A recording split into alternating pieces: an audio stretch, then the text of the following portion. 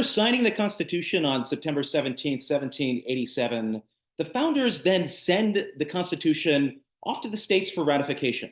So this is an opportunity for the American people to say yes or no to this new document. And if you think about it, this is kind of extraordinary. I mean, the Constitutional Convention itself included the two most beloved people in America, George Washington, Benjamin Franklin, some of our nation's most incisive political thinkers, James Madison, Alexander Hamilton, Gouverneur Morris, James Wilson. They spend all of these months in Philadelphia. It's hot, it's smelly. They argue about really big ideas. They come up with this new framework of government. And in the end, what they say is, this is just a proposal. It may have come from George Washington, may have come from Benjamin Franklin and James Madison. But what's extraordinary is that, as James Madison said, that document, the one that comes out of Philadelphia in the convention, was, quote, of no more consequence than the paper on which it was written unless ratified by the American people. And this, the important context here is, of course, we had a framework of government before the US Constitution. We had the Articles of Confederation. It set up a weak national government. That's what the Constitutional Convention is responding to. But what the delegates of the convention understood was that in the end, it was up to the American people to say yes or no to a new frame of government. The convention could propose something new, but only the American people had authority to tear up the Articles of Confederation and start a new government. And that's what ratification is all about. It's all about that really important big principle of popular sovereignty.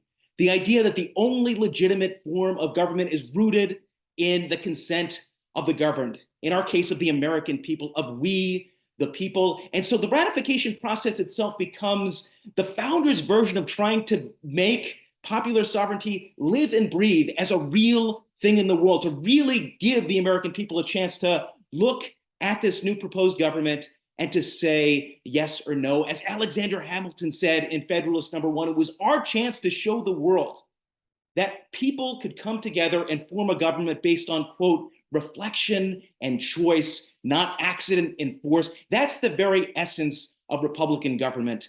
And what we have in the Constitution itself, too, is that it sets up the rules of the game for how ratification is going to work. So the convention writes this new Constitution, the delegates approve it, they send it to the states for ratification. And what Article 7 of the Constitution says is that that document, the US Constitution, becomes the governing law of the nation if 9 states say yes. So not all of them, not all 13 have to say yes, but as soon as 9 states say yes, we have a new form of government. And so what ends up happening is just a series of state by state conventions, the people themselves voting for the members of those constitutional conventions in the states, those conventions meeting, discussing the new Constitution and deciding whether to say yes or no.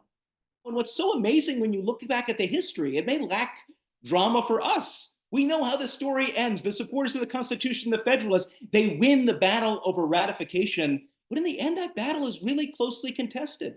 And if we just had a few changed votes in big states like Massachusetts, Virginia, New York, where there were really strong opponents of the Constitution, the anti-federalists were the opponents of the Constitution. There was strong anti-federalist support in Massachusetts, Virginia, New York. The votes are really close. They almost said no to the Constitution. But in the end, we know that the American people end up saying yes. The process of ratifying the Constitution, it lasts for almost a year.